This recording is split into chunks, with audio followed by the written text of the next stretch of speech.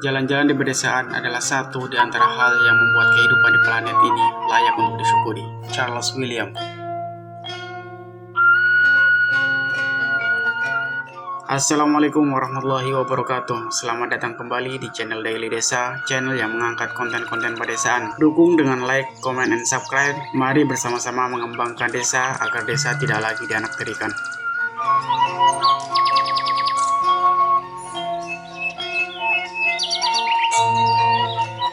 Desa identik dengan suasana senyap, jalan berbatu, rumah-rumah terbuat dari bambu tanpa bangunan megah ala perkotaan, apalagi mall. Kamu yang sudah sejak lahir tinggal di kota mungkin akan mengerutkan dahi dan berpikir, apa sih enaknya tinggal di desa? Dengan mengunjungi pedesaan, kamu bisa menemukan dan menikmati hal-hal yang selama ini cuma bisa jadi impian masyarakat perkotaan. Misalnya, jalan bebas macet, udara segar tanpa polusi, pohonan rindang, suara jangkrik di malam hari, suara burung di pagi hari, suara kentut setiap hari, omongan tetangga sana-sini.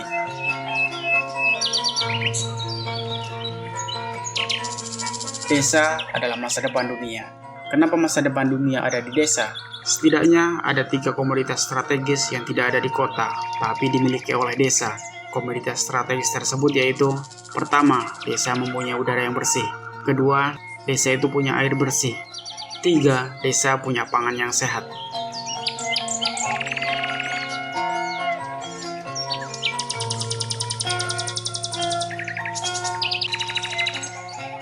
Salah satu komoditas pangan paling dominan di masyarakat pedesaan adalah jagung. Jagung merupakan salah satu tanaman pangan penghasil karbohidrat yang terpenting di dunia, selain gandum dan padi. Bagi penduduk Amerika Tengah dan Selatan, bulir jagung adalah makanan pokok, sebagaimana bagi sebagian penduduk Afrika dan beberapa daerah di Indonesia, seperti Jawa Tengah, Madura, Nusa Tenggara Timur, dan Sulawesi. Pada masa kini, jagung juga telah menjadi komponen penting pakan ternak. Penggunaan lain adalah sebagai sumber minyak pangan dan bahan dasar tepung maizena. Berbagai produk turunan hasil jagung menjadi bahan baku berbagai produk industri farmasi, kosmetik, dan kimia.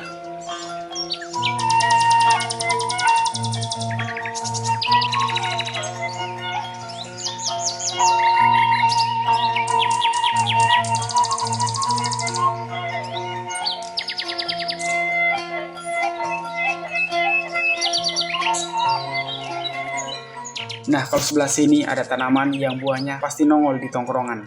Ya, betul, kacang tanah. Entah kenapa, anak nongkrong demen banget makan kacang. Mulai dari kacang kulit, kacang atom, kacang campur, sampai kacang hijau. Katanya, kalau kebanyakan makan kacang, hidupnya bakal sering dikacangin. Itu mitos ya guys.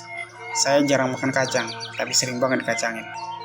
Tanaman ini berasal dari Amerika Selatan, tepatnya di Brasilia. Namun saat ini telah menyebar ke seluruh dunia yang beriklim tropis dan subtropis. Masuknya kacang tanah ke Indonesia pada abad ke-17 diperkirakan karena dibawa oleh pedagang-pedagang Spanyol, Cina, dan Portugis sewaktu melakukan pelayaran dari Meksiko ke Maluku. Selain jagung dan kacang, di daerah ini juga terdapat berbagai macam tanaman lain seperti pepaya California, terong, cabai, singkong, ubi, dan lain sebagainya.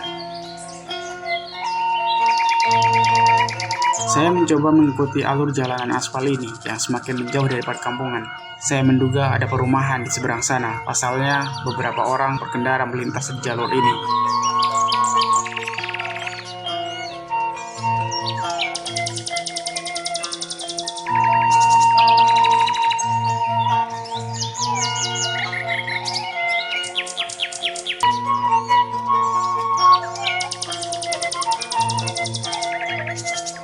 Wah bener, ada bangunan cantik di tengah kebun seluas ini, dengan nuansa ceria, kombinasi warna pink, biru muda, dan putih, serta warna atap kecoklatan, jauh dari nuansa alam dan pedesaan. Sepertinya penghuninya bukan orang biasa.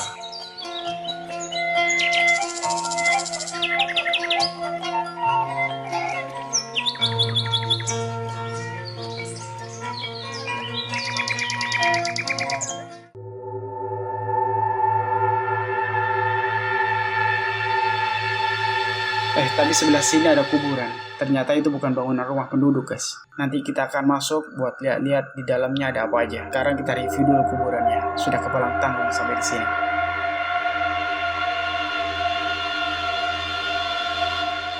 Kuburan yang tersusun rapi dengan berbagai tanaman yang menghiasi area pemakaman.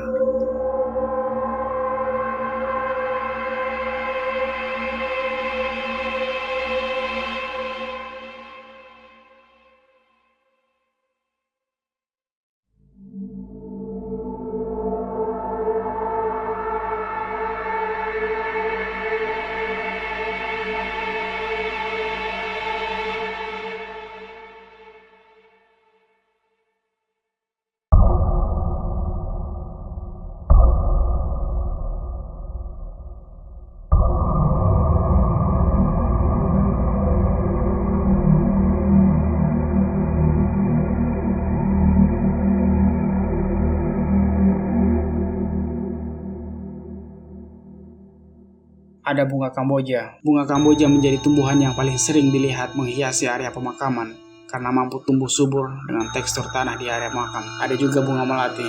Bunga ini memiliki harum semerbak yang dipercayai sebagai pertanda kedatangan makhluk halus. Bunga ini cukup lekat dengan dunia mistis sebagai salah satu tanaman yang terdapat di daerah makam. Terdapat juga bunga bakung. Bunga ini sebagai simbol terhadap rasa berkabung kepada keluarga yang ditinggalkan. Bunga cempaka putih. Bunga cempaka putih ini juga sama dengan bunga melati yang juga memiliki aura mistis. Tidak jarang melihat bunga ini menghiasi area makam karena tumbuh dengan sendirinya atau ditanam oleh keluarga yang ditinggalkan. Bunga anyelir. Tanaman ini memiliki arti bahwa orang yang sudah meninggal akan selalu diingat oleh keluarganya sampai kapanpun.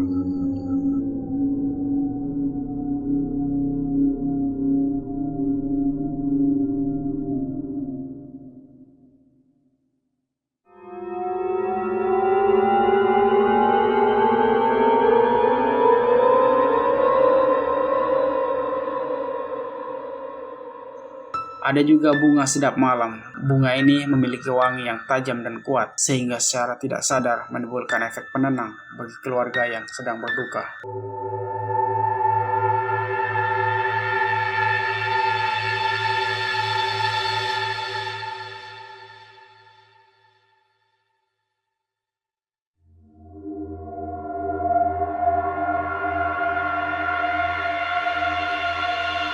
Ini adalah potongan kain kafan yang tertinggal. Harusnya ikut dikubur bersama sang mayat.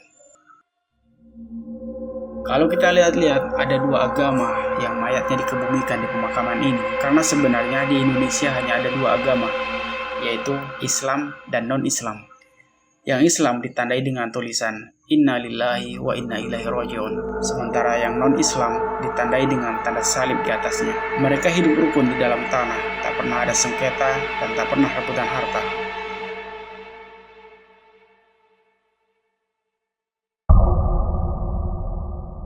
Ada yang ambles guys.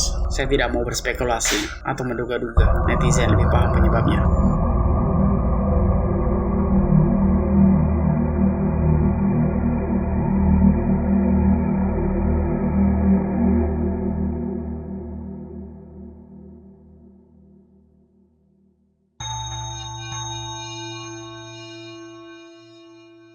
Di Indonesia sering kita jumpai taburan bunga di atas kuburan atau tanaman hias yang tumbuh di atasnya. Lalu bagaimana hukum menabur bunga di atas kuburan? Syekh Wahbah Zuhaili dalam kitab fenomenalnya Fiqhul Islam wa Adillatuhu memaparkan kebolehan menabur bunga di atas kuburan. Dalilnya adalah riwayat dalam hadis sahih yang menyebutkan bahwa Rasulullah Shallallahu Alaihi Wasallam meletakkan ranting hijau yang segar setelah membelahnya menjadi dua bagian di atas dua makam yang ahli kuburnya sedang disiksa. Tujuan peletakan ranting basah ini adalah meringankan siksa kedua selagi kedua ranting itu belum kering, yaitu diringankan keduanya dengan berkah tasbih kedua dahan tersebut. Hadis lain menyebutkan suatu ketika Rasulullah SAW berjalan-jalan melewati dua kuburan, lalu beliau bersabda, kedua penghuni kubur ini disiksa, dan keduanya disiksa bukan karena dosa besar. Yang satu ini dulu tidak membersihkan air kencingnya, sedangkan yang ini disiksa karena selalu mengadu domba.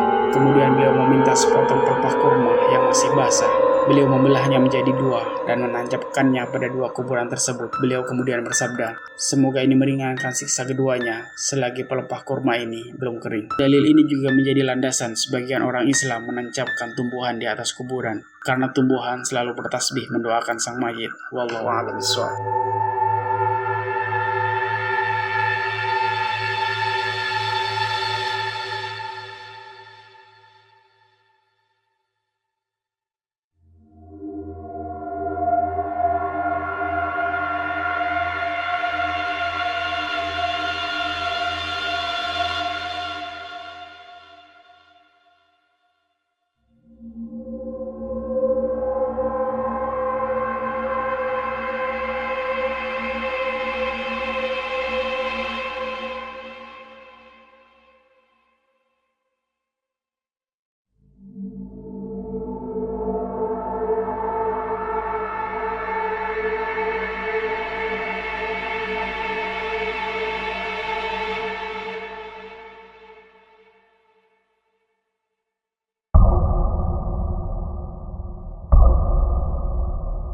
Sekarang kita lanjut ke bangunan di awal tadi yang sempat kita bahas. Kita coba lihat di dalamnya ada apa aja di sana.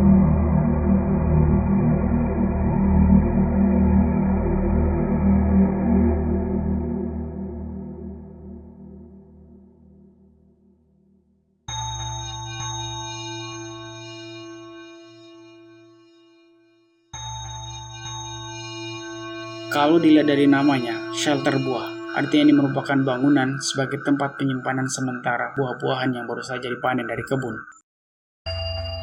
Kita lewat pintu samping yang gak ada tutupnya.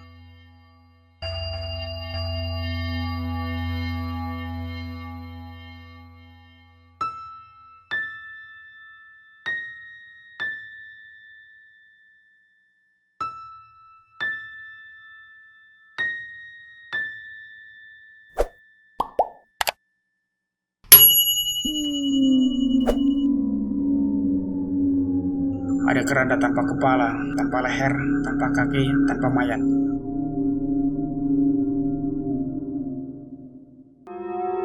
Kamar mandi yang kumuh tanpa aliran air, tempat umum yang tidak terawat, menciptakan suasana angker dan mistis. Semoga tempat ini tidak disalahgunakan oleh muda-mudi yang sedang mencari tempat sepi. Wassalamualaikum warahmatullahi wabarakatuh.